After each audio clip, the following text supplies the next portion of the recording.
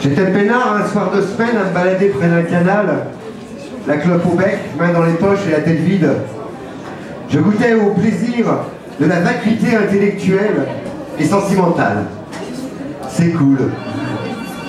Moment rare de solitude heureuse où tu n'as de compte à rendre à quiconque, où tu n'as pas à te définir par rapport aux autres. Et c'était sans compter sur ceux-là qui rôdent depuis quelque temps dans nos rues, une nouvelle milice faite de briques et de broc. Les milices, cela naît quand les gens ont peur.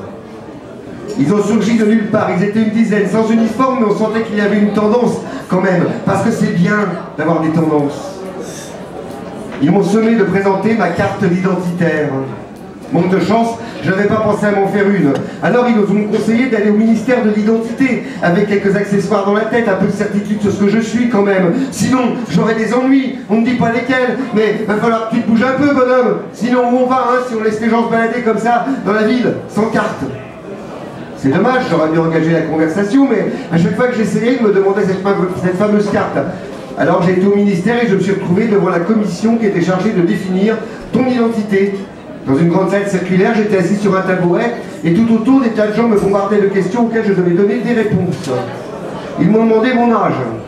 Je leur ai donné, en leur disant qu'ils peuvent le garder. Ils m'ont demandé si j'étais coq ou poule. J'ai répondu qu'apparemment je pissais debout. Hétéro, homo, bi, m'a demandé un barbu en casquette. J'ai dit autre, parce qu'ils avaient oublié des trucs. Et puis ils avaient l'air intéressés par mes réponses, il y en avait même qui étaient tout rouges et qui avaient les yeux qui brillent. J'aurais dit que j'avais fait un goût prononcé pour l'amour avec les poulpes.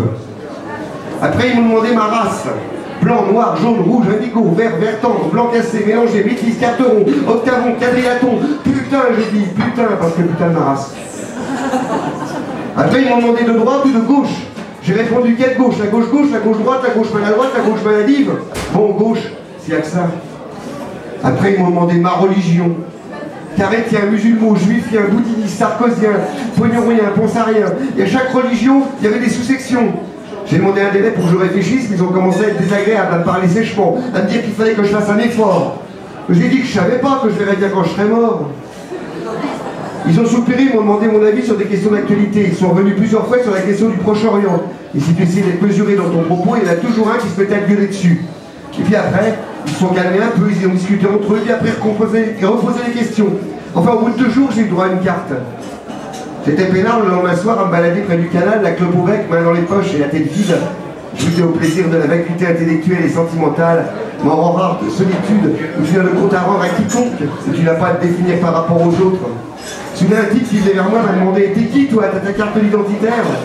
Son regard resté rivé au mien, il m'a fait un gros sourire. « Je te reconnais, je t'ai vu au slam. Tu sais que t'as pas besoin de ce papier pour exister, pour aimer. » Il a pris ma carte, il l'a acheté dans le canal. Il m'a dit « Évite de transporter avec toi des étiquettes, définitions. Les étiquettes, c'est pour indiquer quel produit tu es dans les rayons du supermarché. Si tu te colles ça sur le front, il y a toujours quelqu'un qui en mettra un prix. » J'ai suivi son conseil et depuis, sur ma carte, c'est marqué « Le Robert impayable. »